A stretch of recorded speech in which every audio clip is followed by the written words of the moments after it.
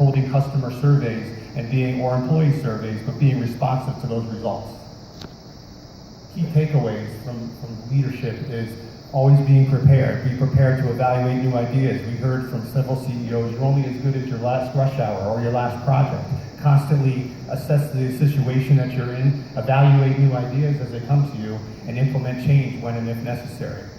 Build that kitchen cabinet of trusted advisors, both internally and externally, people that you can turn to when you need to have different opinions for moving forward. And a key quote that we heard from one CEO is, it's always easy to work your way out of overreacting to situations, and it can be very difficult to work your way out of underreacting to situations. It's about being proactive, taking organizational issues head on, and getting ahead of them before they become major obstacles to your organization. Right, that's great information, Derek. Let's go ahead and bring on Curtis Kolober from Chatham Area Transit so he can tell us about his personal experiences.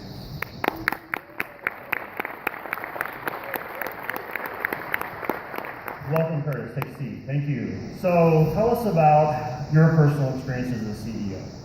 Well, it's interesting. As our team began research for our project, at the same time I was going through my own personal experience, and how I handled and adapted to my circumstances kind of mirrored the results that we found after interviewing numerous CEOs. So tell us about what Derek talked about, understand, build, and lead. Let's talk about the understand part of that first. Sure. So I had been in my agency about 2 years as Chief Operating Officer, and about 9 months ago I was named interim CEO. So the first thing I had to do was understand my new role and understand the situation at my agency. I also needed a better understanding of who my board members were and what they expected from me. At the time I only knew them on a superficial level. And then I needed to understand who the key stakeholders were, and especially what the most important issues were that need to be dealt with at the CEO level. All right, so tell us about how Build helped you out. Sure. So building relationships seemed to be the next logical step for me after understanding the situation. I knew we needed to develop a coalition of support, and so I began reaching out to other government agencies, local officials, as well as community leaders. And this took a lot of time to do, but it was certainly most important to do it, and it was necessary to move our agency forward. All right, so with the foundation of understand and build, that just moves you on into the lead element.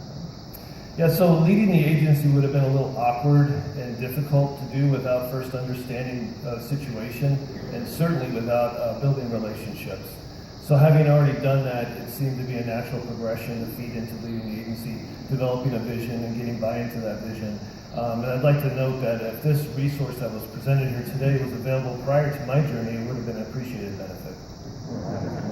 Thank you very much. Well, it looks like that's all the time we have today. I want to thank everyone for being here. And remember, audience, you must understand your situation before you can build your relationships. And only then can you lead your agency into the future. Thank you very much.